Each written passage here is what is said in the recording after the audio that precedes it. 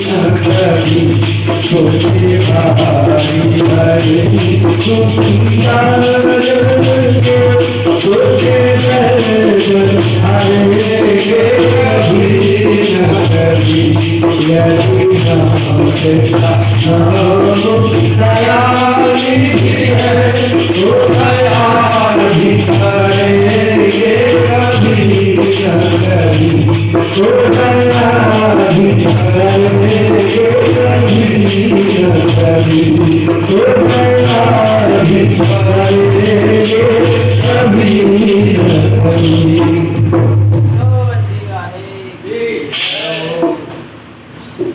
देखे रामचरितमानस के क्रमिक पाठ के समय सुंदरकांड पर ही चला। सुंदरकांड का पाठ उसी में समय स्थगन करते हैं। तो आज हम भगवान राम की कथा से, रामायण से ही और रामायण से हट करके भी कहीं से हम बात करते हैं।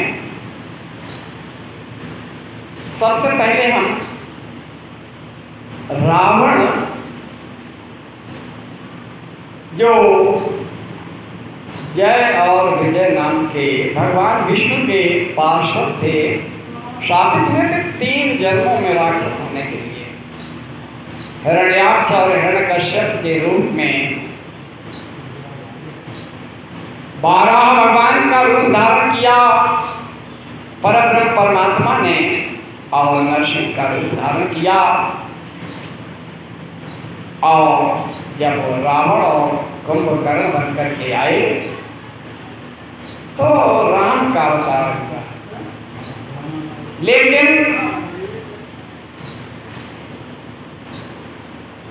64 चतुर्युगी शासन करने वाला रावण, ये स्पष्ट हो गया कि रघुवंश में ही राम का अवतार होगा।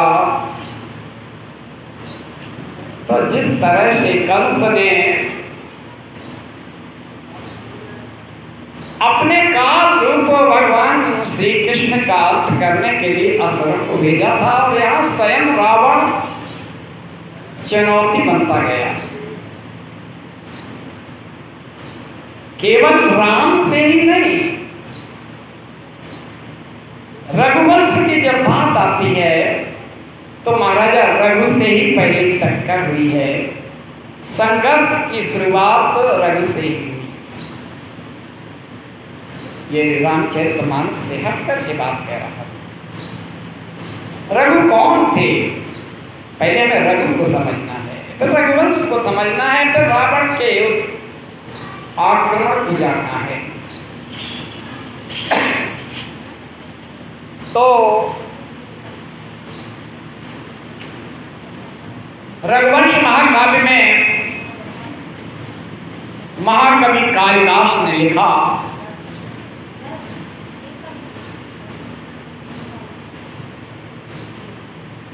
सूर्यवंशी राजा कैसे हैं?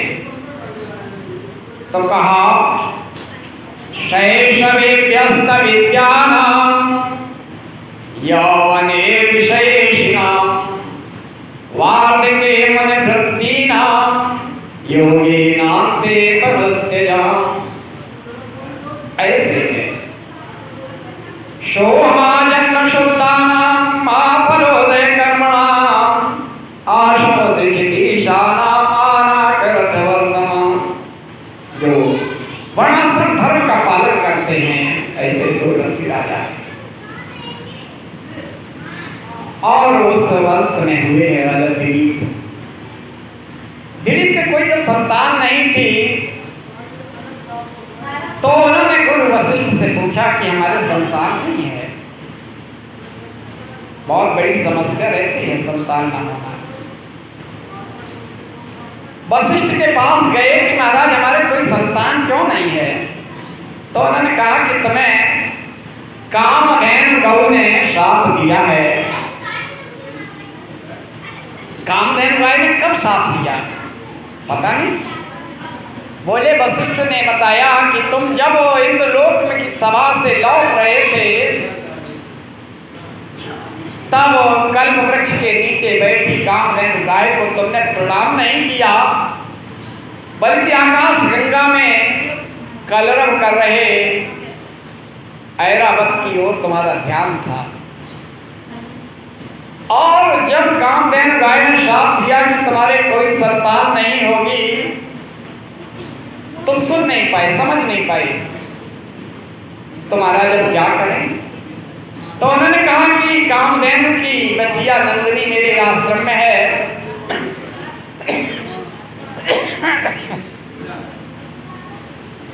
यानी रघु की उत्पत्ति का हेतु अर्थात रघु का जन्म ही गौ सेवा से हुआ। आज गौ सेवा और गाय को राष्ट्रीय माता, राष्ट्रमाता घोषित करने का जो उपक्रम चल रहा है, सबसे पहला उदाहरण कि जिस वंश में राम का अवतार हुआ, उस रघु का जन्म गौ सेवा से हुआ। महाराज राजा दिलीप ने संकल्प लिया कि गौ सेवा करेंगे तब तक जब तक संतान की उत्पत्ति नहीं होगी।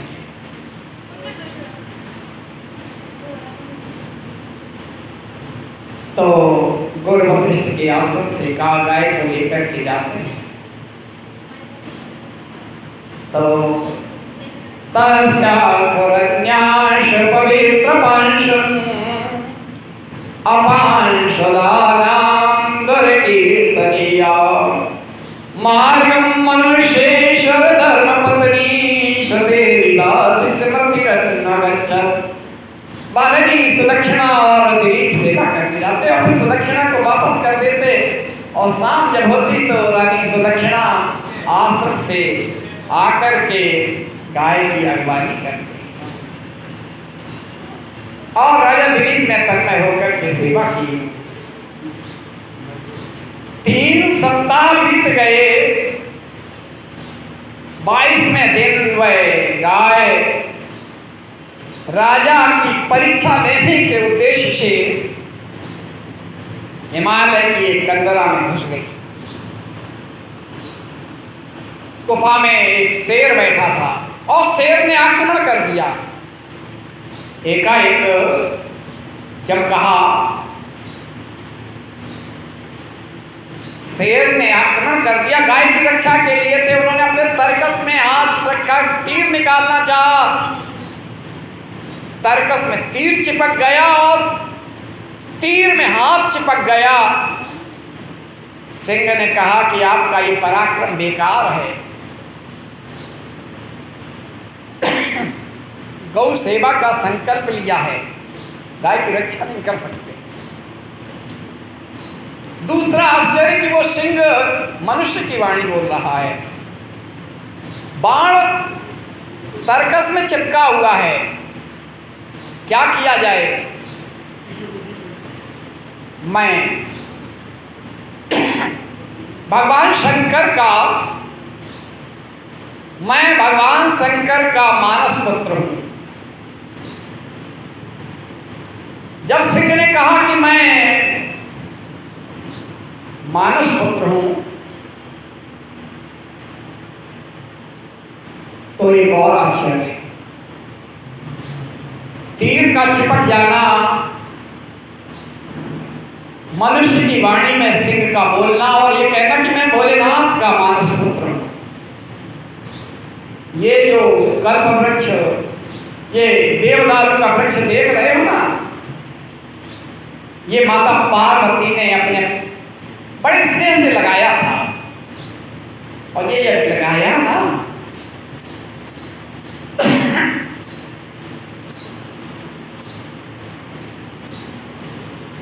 पुत्र के समान स्नेह दिया।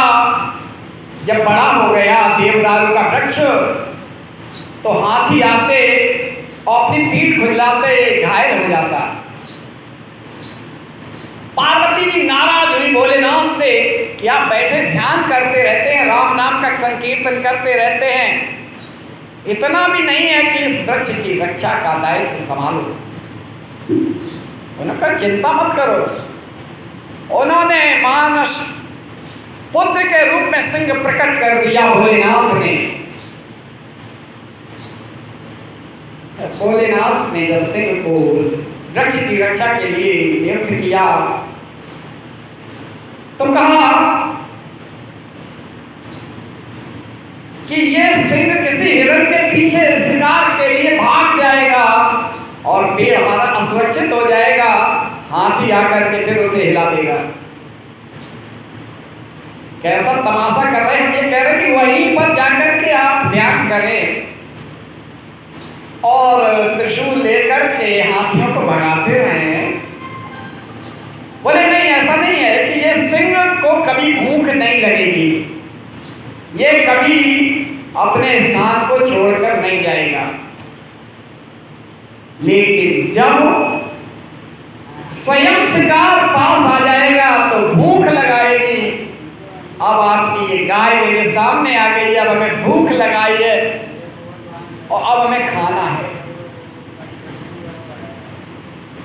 पूरी कथा सिंह ने कह दी। राजा दिलीप ने थोड़ी देर के लिए ये भूल गए कि हम किस लिए ये तपस्या कर रहे हैं, गौ सेवा कर रहे हैं। साक्षात गौ रक्षा के लिए अपने आप को सिंह के सामने उपस्थित कर दिया कि आप गाय को छोड़ दें, आप मुझे खा लें, अपना आहार मुझे बना लें, लेकिन गौ मेरे गुरु की गौ है, इसे छोड़ दें। और जैसे ही राजा दिलीप ने शेर के सामने नतमस्तक होकर के समर्पण किया, तभी भोलेनाथ और पार्वती जी प्रकट हो गए और उन्होंने कहा कि ये आपकी गौ सेवा की परीक्षा थी, तुम्हारे संतान होगी और उस संतान के ही नाम पर वंश का नाम चलेगा। तब रघु पैदा हुए। रघु बड़े दानवीर थे। कैसे दानवीर थे? बरतंतु के आश्रम में शिक्षा ग्रहण कर रहे ब्रह्मचारी कौश ने गुरु जी से कहा कि आप दक्षिणा ले जाए, तो उन्होंने कहा कि तुम्हारी सेवा ही दक्षिणा है, लेकिन बार बार कहने पर गुरु जी नाराज हो गए। कह दिया ठीक है, तुमने 14 विद्याएं सीखी हैं, 14 करोड़ स्वर्ण मुद्राएं लेकर आओ। 14 करोड़ स्वर्ण मुद्राएं महाराजा दिलीप भी दानवीर हैं, उनके सामने जाए। रघु ने यज्ञ किया था और जब यज्ञ किया तो वहां से कुछ नहीं था। कौश ने निवेदन किया 14,000 स्वर्ण मुद्रा का, तो उन्होंने कुबेर पर आक्रमण कर दिया राजा रघु ने और पूरा खजाना डाल दिया, लेकिन कौश ने सिर्फ उतना ही दिया जितना गौ दक्षिणा देनी। ऐसे रघु के सामने रावण ने आक्रमण किया कि इसी वंश में राम का अवतार होगा। बड़ा भयंकर युद्ध हुआ है रावण और महाराजा रघु के बीच में। बड़ा भयंकर युद्ध हुआ और ऐसा युद्ध हुआ कि रावण को पराजय का सामना करना पड़ा और रावण का अंत करने के लिए रघु ने बड़े मनोयोग से सुने। ये बस इतना ही, थोड़ा और हम 5 मिनट में पूरी बात खत्म करेंगे। क्या हुआ कि महाराजा रघु ने जैसे ही बाण चढ़ाना रावण को मारने के लिए, ब्रह्मा जी प्रकट हो गए, रोक दिया कि मैंने इसे अजय होने का वरदान दिया है और आप अगर बाण से इसका अंत कर देंगे तो फिर राम के अवतार का कोई महत्व नहीं रह जाएगा।